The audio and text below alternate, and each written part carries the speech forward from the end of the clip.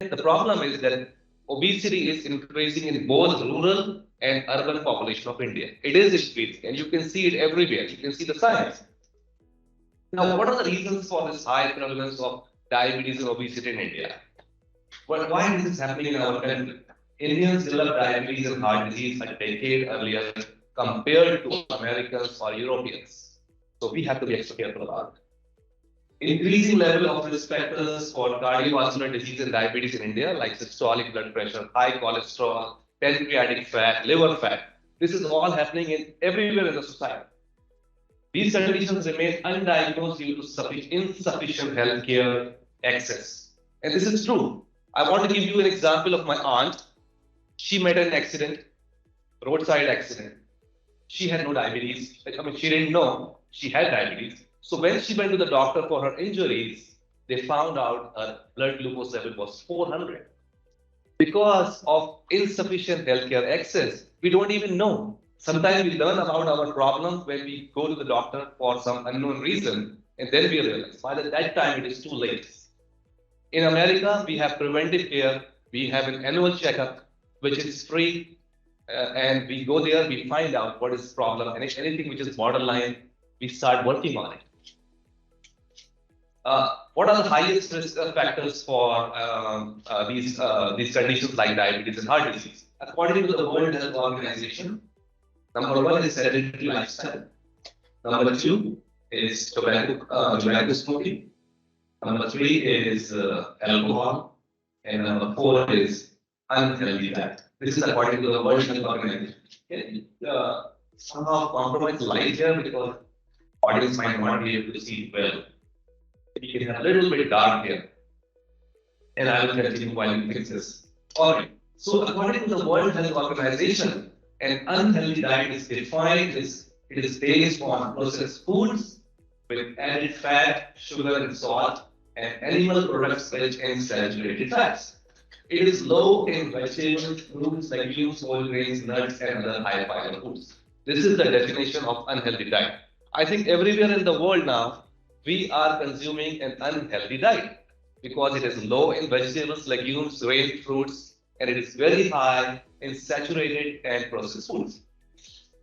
Now, diet in India has been westernized, and you all agree with me, right? Do we go out and eat healthy like chapatis or idlis or dosas, or do we crave for pizzas or burgers, all American food, with a can of soda? This has become our lifestyle. We have become westernized. Americans are dominating us. What about our traditional Indian food with jowar? Do we eat jowar anymore? Do we eat bajra? Do we eat jai? Do we eat brown rice? No, it's all processed and highly commercial food that what we are eating. And thanks to McDonald's and Pizza Hut. Another reason is easy access. Why we are eating this way is because easy access to high fat, low fiber meat. Increased consumption of commercially processed food, you all agree with me. And decreased consumption of carbohydrates and increased consumption of fats. This is what is happening in our diet now. Now, the problem with these foods are the calories. So I want to bring to your attention, where is the problem in these foods? The problem is that 1 gram of sugar, the food that we eat, the carbohydrates, it converts into glucose. So 1 gram of sugar will have 4 calories. So that means bread or banana or apple, that 1 gram of sugar will have 4 calories if you eat that. But what about 1 gram of fat? And fat could be any oil. It could be fat in the chicken. It could be fat in the coconut. Any fat will have 9 calories. Double the amount. So when we are eating a diet which is very high in fats, without knowing, we're eating way too many calories. So just give you some example of some foods that are high in calories. Goat meat. Oh, this is excellent. Thank you so much. Perfect. Goat meat, 21% calories come from fat. What about skinless chicken breast? 23%. Don't you think that our doctors say that white meat is okay, chicken is safe, but look at the percentage of calories coming from fat. It is not true. Rohu, it's a type of fish, 30%. Paneer, which we consume so heavily in our diet. Now, even pizzas, they add paneer because they know Indians eat a lot of paneer. Half of the calories are coming from fat. Are we burning enough calories? No. Nobody has time to do exercise. Everybody's eating the sedentary lifestyle. We are just sitting and eating. All these pile up. But look at this hindi, okra. Only 2% calories coming from fat. What about beans? Rajma, 4%. Rice, depending on the variety, 1 to 5%. Sweet potato, 1%. Where we should focus? At the bottom. So these are the healthy foods we should be eating, which are the calories coming from fat is less. Okay, cheese, as a matter of fact, 70% calories. So when you are eating a Pizza Hut or I don't know other pizza outlets, yeah. So you are eating 70% calories are coming from just fats, and these are all building up inside our body. Are there examples of people living a healthy lifestyle and who are at lowest risk to get chronic disease? So you must be asking, okay, who are the people who are living the healthy way? Can we learn something from them? Yes, there are examples. There are people who are at lowest risk, and these people they live simply, are physically active, and consume unprocessed plant-based diets. And these people live in the blue zones. You all have access to computer and Google. Right now, you can type the blue zones, and there is a National Geographic explorer, Dan Buettner, who has termed the blue zones as people living simple and happy life. And these people are very hardworking, and I show you what is common, what is happening in the blue zones. And the blue zones are some areas in Italy, some place in Japan, Loma Linda in California, and some place in Costa Rica. And there are like 6 blue zones around the world. And the people, they live there for 100 years. Lifestyle practices common to all blue zones. They are family-oriented people, number 1. Number 2, they do not smoke. Number 3, they are socially engaged. And I really like the way you guys are working, so you can engage with each other while working. This is very nice. Thank you, Inchara.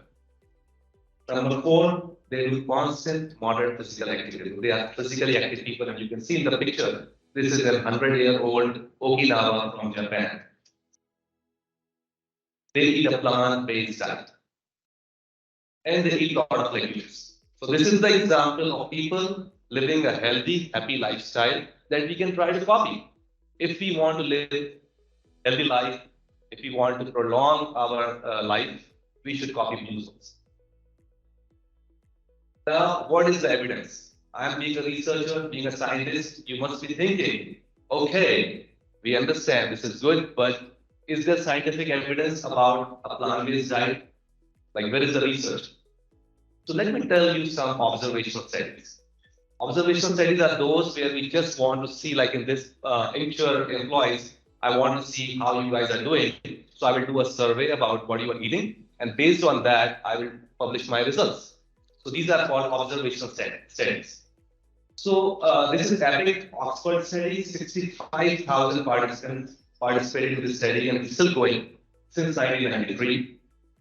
And people divided into 4 groups: meat eating groups, fish eating groups, vegetarian group, and vegan group, which is plant-based. And the results. So if you see the total cholesterol level between the 4 food groups, you can see that those who were eating a plant-based diet has the lowest cholesterol. And as you increase the animal products in your diet, you can see how the total cholesterol increases is highest among meat eaters. Where do you get the cholesterol in your food? When somebody says they have high cholesterol, do plants have cholesterol? No, only animal foods have cholesterol. Plants have 0 cholesterol. If you are eating a plant-based diet, you are not consuming any cholesterol. Whatever cholesterol is needed for your body will make it from fats. So we are not saying that it's 0 fat, we are saying go low in fat. Okay? And you will get all the required fats from your diet. Plants have fats, fruits have fats, very limited quantities. Like we saw, like calories coming from fats from rice, 1 to 5%. All right, what about the cardiovascular disease in the same population? Epic Oxford study, 32% lower among vegetarians compared to meat eaters. What about diabetes? 47% lower risk for diabetes in vegetarians compared to meat eaters. This is all evidence-based. 65,000 people, very significant study. If you have learned about statistics, higher the population number, significant is the result, right? And you see the body mass index. You can see the lowest among people who were eating a vegan diet. And as you keep increasing the animal foods, the body mass index goes on an unhealthy side, overweight side, obese side. Another study which I want to talk about, which is still an observational study, is Adventist Health Study 2. 96,000 participants from the US and Canada began in 2001 and still are ongoing. So these are the people who go to the Seventh-day Adventist Church. Seventh-day Adventist, if you are Christians here, you might know that they go to the church and the church tells them that there are certain things which you can do and which you cannot do. So the church also tells them that you should not eat meat, but some people they follow the church, some don't. So ideal subjects for researchers to compare them between meat eaters versus non-meat eaters. 96,000 people. The results.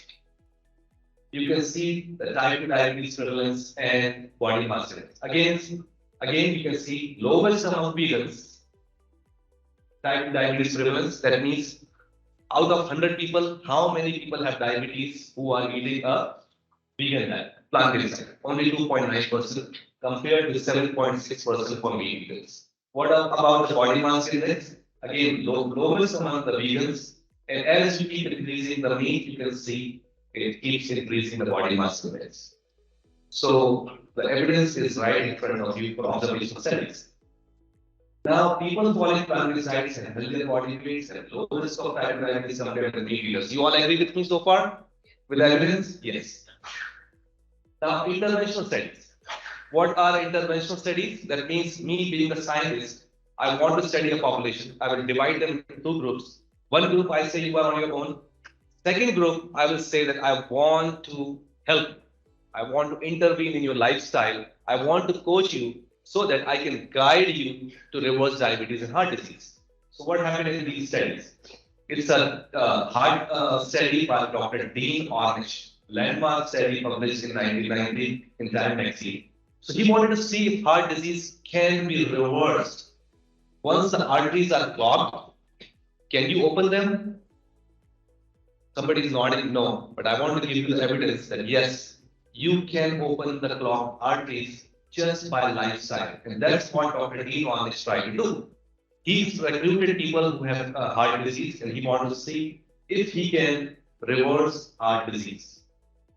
It was an experimental program, like somebody who's watching them. They said eat vegetarian foods, walk at least half an hour daily. Number 3, manage stress. Stress management was also part of the study. Number 4, avoid tobacco. This was an experimental group, and in the control group, people were taking lipid lowering medications and all those things. What about the results? The results were mind blowing, and they got published, and everybody was surprised to see these results. The cholesterol dropped down by 24% in this population. Low density lipoprotein cholesterol, which is also called bad cholesterol. 37% reduction in bad cholesterol just by those 4 factors. Weight, on an average, people lost 10 kg weight. And the most important thing about this study is 82% people arteries opened up. That means they were not having any heart disease. So if you have people in your family who are taking heart disease medications, please talk to them to bring down the fats in their diet, bring down, increase plant-based foods, and you will see the results. Whether it's your dad, it's your mom, your aunt or uncle, I can bet on this. Work with your doctor, change the diet, and you will see the results within no time. I promise. Now, we also wanted to see like if type 2 diabetes can be also reversed like heart disease. So Dr. Neil Bernard, our president, he did a study for type 2 diabetes patients. And again, randomized control trial, portion control, that means control people, They were asked to limit calories and keep carbohydrates steady and limit bad fats, like regular approach from our doctors. But what about the experimental group? No animal products like eat vegetarian food, vegan food. Minimize all oils because fats, I'm telling you, is the problem. Low glycemic index foods. That means those that have high fiber will have slow release of glucose. Anything which is high glycemic index like white bread, maida, which we all consume, these are high glycemic index food. That means they instantly release the glucose, brings a spike in your blood glucose level, very bad for people with type 2 diabetes. So now the results for this study. For the population, they started with hemoglobin A1C. Everybody knows hemoglobin A1C, right? It should be around 6 or below 6, right? Below 6. 5.6 is the best. So the 99 people with type 2 diabetes started this, and you can see the red line is for people who were on a control diet. So their A1C dropped after week 11, 7.4, but then it didn't drop further. What about the people who were on the experimental group? It started with 8. By 11 weeks, it dropped by 0.8 percentage points, and by 22 weeks, 1.2 percentage points. That means they reversed their type 2 diabetes. So diabetes is not a one-way street. If your family member goes to the doctor and the doctor says that now you have to take medications for the entire life, you should tell them that no, this is wrong. I can reverse my diabetes with my lifestyle. And I saw this study. Go and publish this. Go and study this on Google. Type this. There is a reference here. Dr. Lee Bernard, Diabetes Care, 2006, and you will be able to learn more about that type 2 diabetes can be reversed. You don't have to be on medications throughout your life. Alright, so why are plant-based diets so effective? Right? This is all plant-based diet, 100% whole wheat chapati, no maida, idli, masala, okra, without using oil. All these vegetables, dal, without tadka, all these are amazing examples. And we have like so many herbs and spices in our cuisine. They will give a lot of flavor without oil. So try to limit the oil, bring those flavors to your food, and you will see all your problems, even hormonal problems in women, or in men, prostate cancer, or erectile dysfunction. These are all related with our lifestyle and the diet we are eating. Once we change our diet, you will see the results. I want to give you an example of insulin resistance. Everybody knows what is insulin resistance? Like type 2 diabetes always starts with insulin resistance. That means your pancreas is making insulin, but your body is unable to utilize that insulin. So this is called insulin resistance, and type 2 diabetes always starts with insulin resistance. And I want to show you the mechanism, because if you understand the mechanism of insulin resistance, you will immediately say to yourself that no, I want to reverse it, and I know how to reverse that. Alright, this is our muscle cell or a liver cell in our body. And when we eat food, it gets converted into glucose. Alright, so these are red balls, these are glucose. And this is the cell. Can the glucose enter the cell on its own?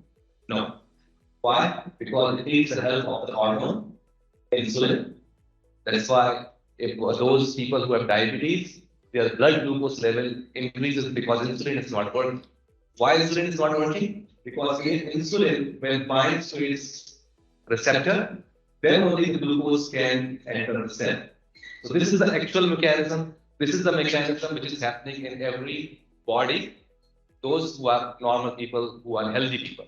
Now, if you are having a diet which is very high in fats, like you are eating a lot of fish, you are eating a lot of oil in your diet, you are eating a lot of chicken, olive oil, milk, all these products are very high in fat.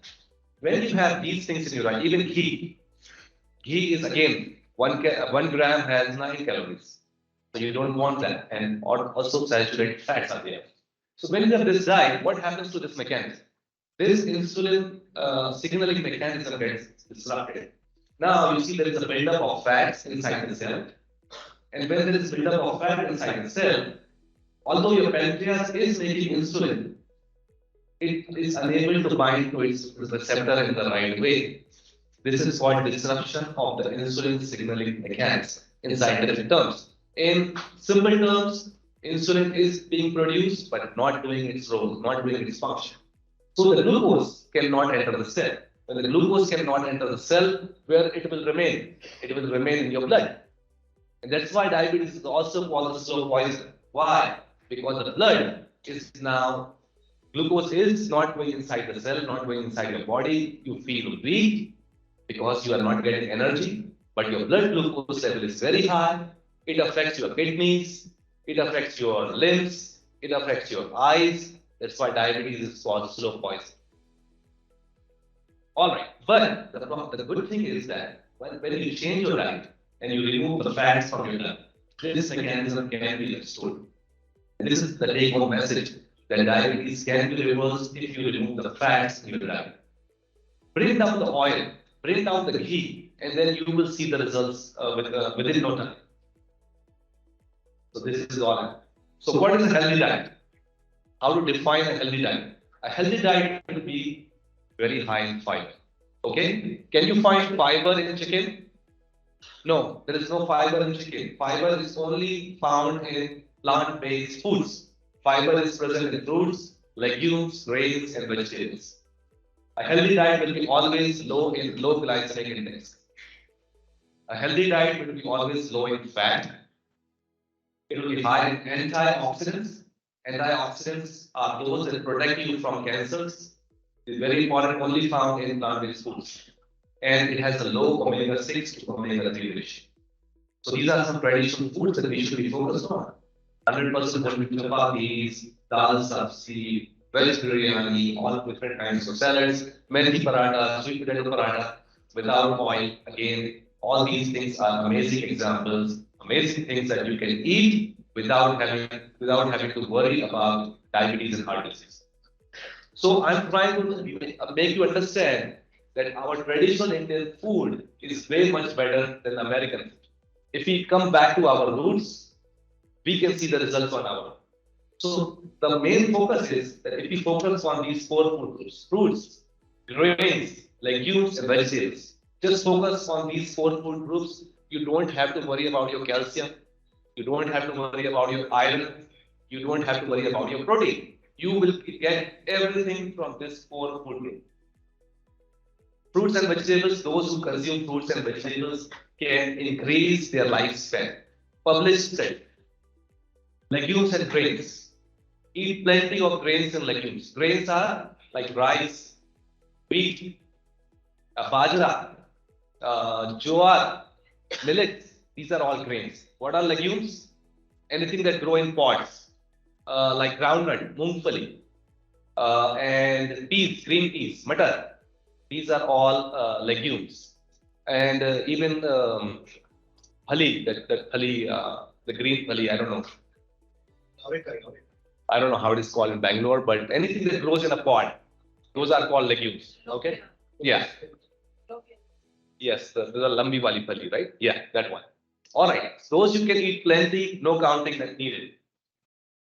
Some nutrition essentials. I have like last 10 minutes of the presentation left. I hope you are enjoying so far.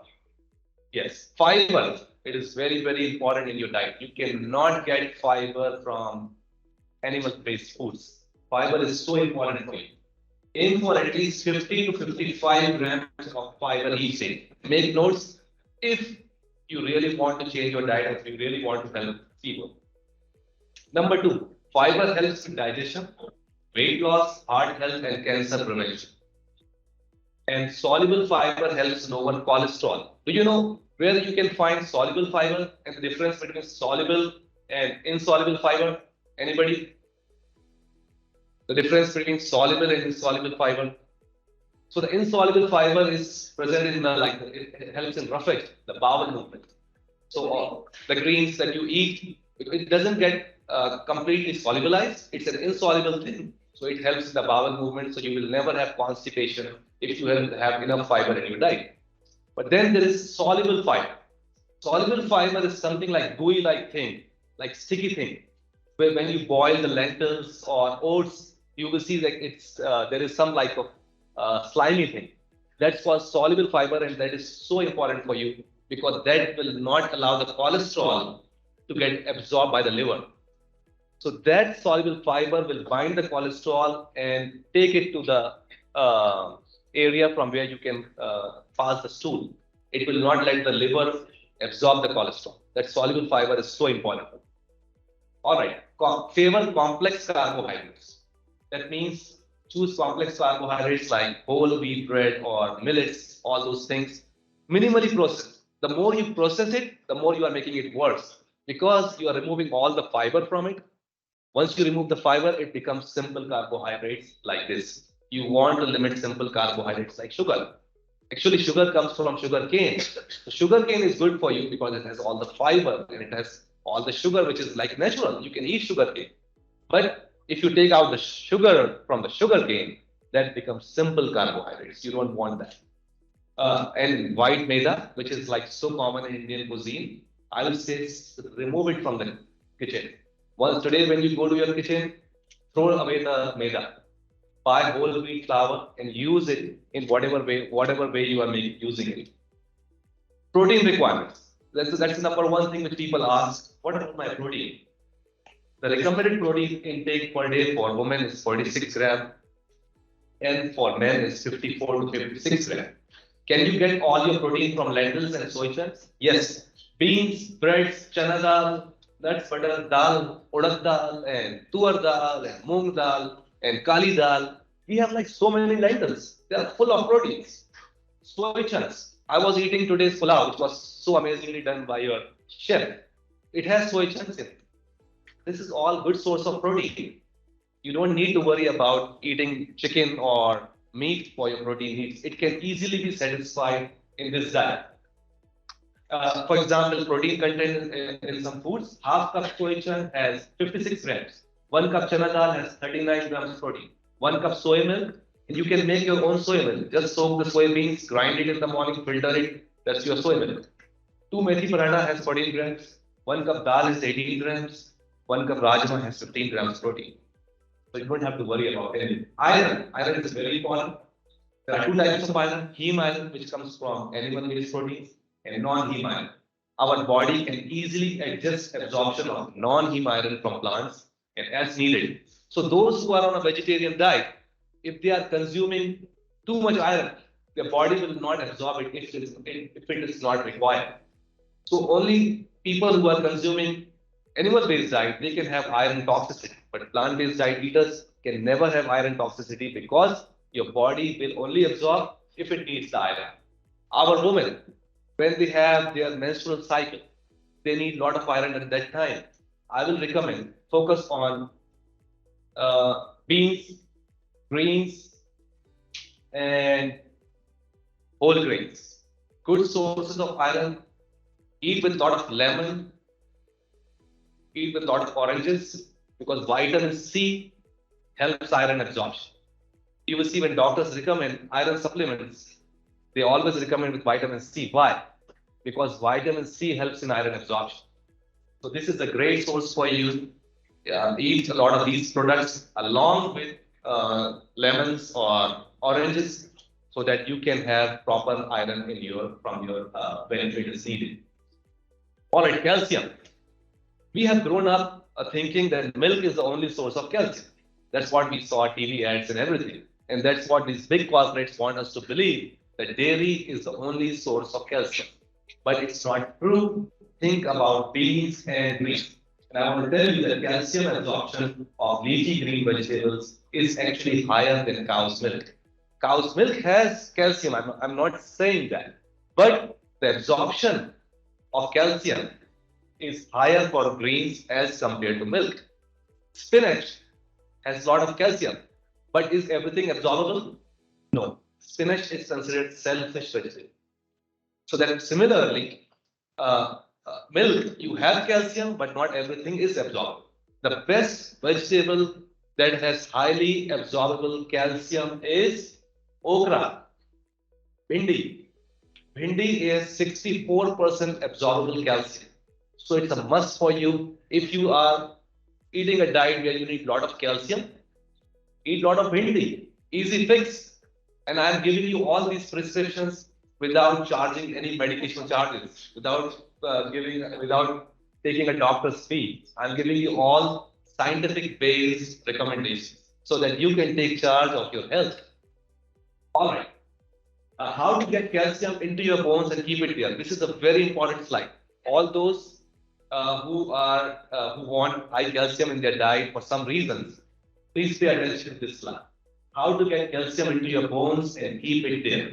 Number one is favor greens. Think about eating greens for your calcium. Okay. Number two, exercise. Those who exercise, their calcium remains in their bones. It doesn't get chelated out, the scientific term. It will not leach out into your blood. So the calcium will stay in your bones if you do some exercise. Number three, vitamin D is very important for calcium absorption. How can you get vitamin D? 15 minutes of sun exposure every day is good for you. 15 minutes you get exposed to the sun, you will get all the vitamin D which is needed. Salt, decrease the salt intake. So there is a big no for salt. Mr. Ranjani got surprised. Am I recommending salt? No. I'm saying no to salt because salt will again, increasing the salt in your diet will remove calcium from your bones. You don't want that. What about plant-based protein sources? Yes, favor plant-based protein sources as compared to chicken and goat meat and beef. These will retain calcium in your bones. Those who eat a lot of animal proteins, the calcium from the bones get out. That's why they have a lot of hip fractures. And these are also published studies. Last but not the least, avoid smoking. No to smoking because that is also responsible for taking the calcium out. What's in milk? I want to tell you because I'm telling you that milk is bad for you because of 49% fat, 49% calories come from fat. That means half of the milk's calories are coming from fats. So that's why I'm saying limit foods that are high in fats, favor foods that are low in fats. And milk has other problems. Number one, insulin-like growth factor, growth hormones, oxytocin, all these farmers are using. That's all coming into milk. So dairy and majority of the Indians are lactose intolerant. You will see that if you take milk in empty stomach, you get bloating, or sometimes some people have diarrhea because we don't have the gene lactase enzyme to digest lactose. That's why Indians or Asians, Caucasians have the mutation in that gene. They can tolerate dairy, but not us. All right, vitamin B12 is very important. If you or your family member is trying to change the diet, it is highly recommended that you take vitamin B12. It's a must. You cannot say I'm eating a plant-based diet, but I will not take vitamin B12. You have to take it because vitamin B12 you only get from microorganisms or the gut microbiota, which is present in animals. It comes with their meat, and then you eat it, you get vitamin B12. If you are not eating meat, you need vitamin B12 supplement. Get omega-3s. People think that omega-3s is only possible from fish, but get omega-3s with ease on a plant-based diet. Walnut, flax seeds are good sources of omega-3. Algae, sea greens, good sources.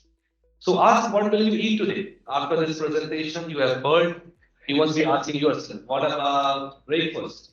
Will you have chai with milk and biscuits with maida? Or will you prefer tea without milk and oatmeal?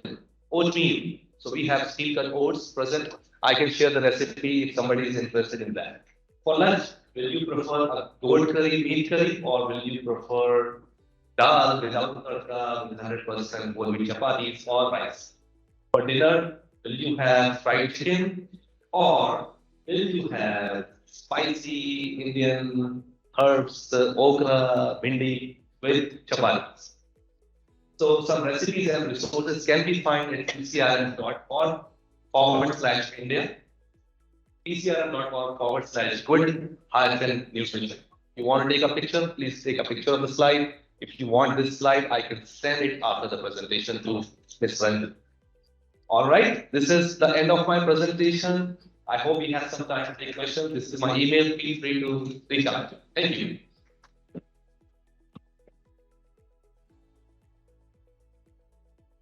Yeah, please.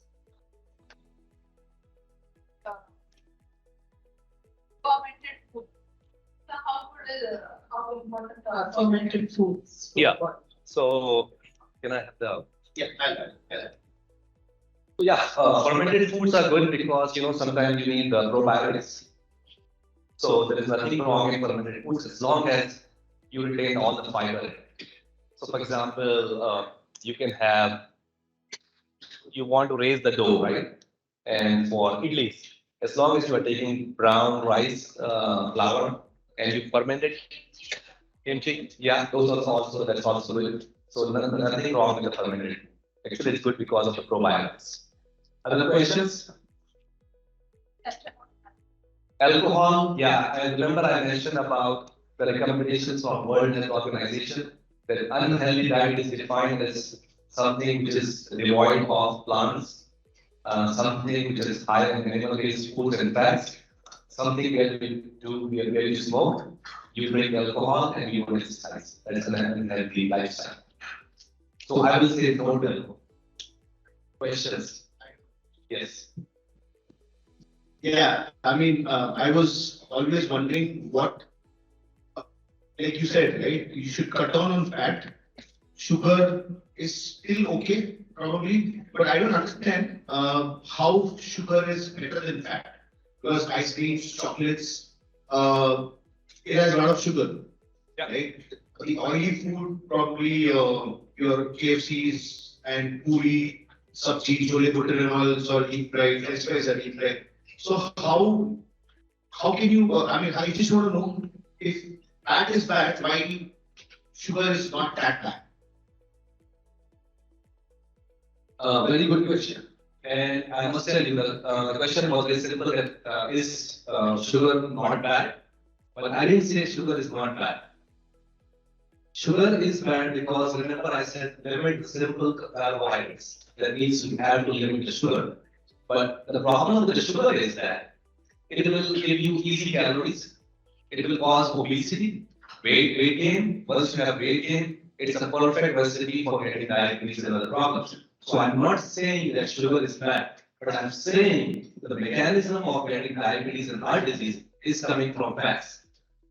So fat is the problem, but sugar is like only calories. And you want to simplify. Let's say you have diabetes and you are taking 2 tablespoons of sugar. That sugar will not go anywhere because it's very simple. So it will remain in your blood. It will cause diabetes. So sugar is the problem, but it's not the main culprit. The main culprit is fat. Sugar, if you consume, will increase the number of calories. Let's say when you have a problem with type of diabetes, it will remain in the blood. It will cause weight gain because you are not feeling full, but you are just consuming empty calories. That's why sugar is called empty calorie. That you are increasing your calorie intake by sugar, leading to weight gain, leading to diabetes and other problems. So I didn't say sugar is good, but the problem with diabetes and heart disease is coming from fats. But very good question. Any other questions from the corner? Somebody was far from here. I have a question, doctor. I'm online. Oh, great. Yeah, please.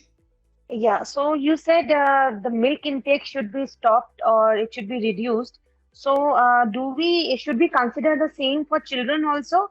Like we give them milk and all. So do we have to stop that, or is there any alternate for that? Yes, a very good question. I think you all heard it because I have the mic. What about the milk for children? So, according to the American Academy of Nutrition and Dietetics, there's a big body. They say that plant-based diet without milk is appropriate for all ages of life, including infancy, including lactation period, including women who are breastfeeding, including elders. So there are good sources of calcium and protein other than milk. So I would suggest read into that article, and you will find that actually milk is causing more problems that you will see that prostate cancer, hip fractures, and because of the way we are producing milk. So I will recommend a diet without milk, even if there are small kids. And there are so many examples where parents are raising their kids without giving them dairy, and they are not seeing any problem. But make sure vitamin B12 is really critical. So if you have a baby or if you have kids who are not consuming dairy, and they are not consuming meat, make sure that vitamin B12 supplement is done. And vitamin B12 supplements are available in multivitamin way.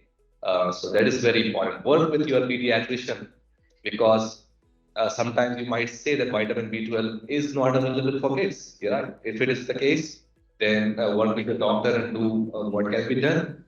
But otherwise, according to the big research bodies, you can skip milk for kids. Thank you. Anybody else from the online people who have questions? Feel free. No question is bad, no question is stupid. Every single question is important. That means this is the time to get your question answered. Or if you're too shy, write me an email. Yeah, please.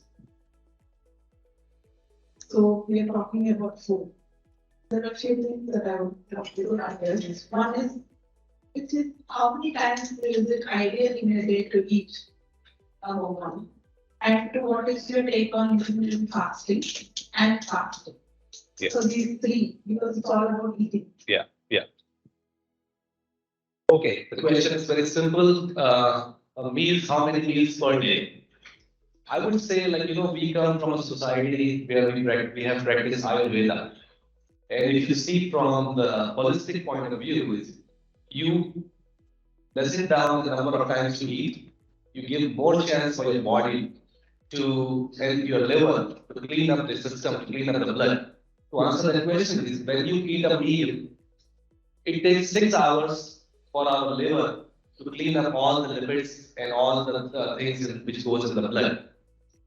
If you are always consuming food without a break, your liver, your blood is always thick. It never gets chance to clean up, to get liquid, not to be more fluidity.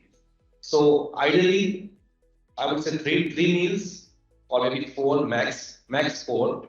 Breakfast, lunch, the evening snack, very light, maybe fruits, not more than that. No biscuits and heavy things, no oily things, no dal, khare, chula, samosa, kachori, not all those things. And then dinner. Early dinner is favored. And if you are somebody who takes dinner at 6 or 7, then skip the evening snack. Then the second question is about intermittent fasting. Those who are not exercising, those who don't have time or something. Like for example, my personal example, I do intermittent fasting. I eat my dinner at 7 o'clock, and then I just take my morning tea without milk, just plain, and then I directly take my lunch. So I do 16 hours of intermittent fasting with water. This is my way of being fit. I don't want to, because I'm a bit lazy for exercises. I walk a lot, I play with my kids, I play cricket there with my kids.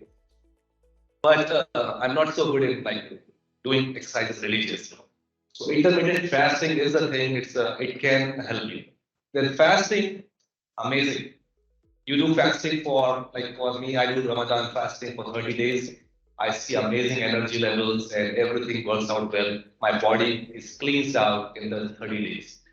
When we do fasting for let's say for Durga Navratri, yes, Navratri, great for you. Jews, they do fasting for during I think it's called Lent for 40 days. Amazing. So all fastings in all religions is actually a mechanism to heal. It's a great thing. It's cleansing your system. So fasting is encouraged for you. We are dealing with overnutrition, so the more you eat less, it's better. Here we are not talking about people who are deprived. We are people who have a lot of food to eat. We have choices. We should limit, bring more exercise in our diet, and you will see a lot of good results. Thank you so much. I think that was the last question, considering the time.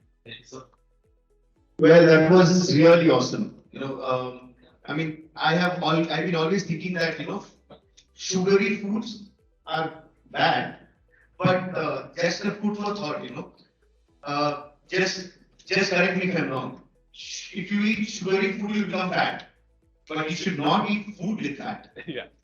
Is that true? That's true. You got it, yeah. So sugary food will make you fat, but don't eat food with fat. Yeah. Yeah, so that's my takeaway of this session. Thank you so much, Dr. Ali. For those who have had little time to hear about what he has spoken. I think it was a big eye opener. I'm sure for those who could see online also, there's much of learning, good learning. Thank you so much and appreciate the small token of appreciation for your amazing session Thank you so much. by Ranjini. Thank you so much once again, Dr. Ali. And thank you everyone for attending this session. And I believe the recorded session will be available for those who would probably want to see or have missed this session. Thank you so much once again. Thank you, audience. Thank you.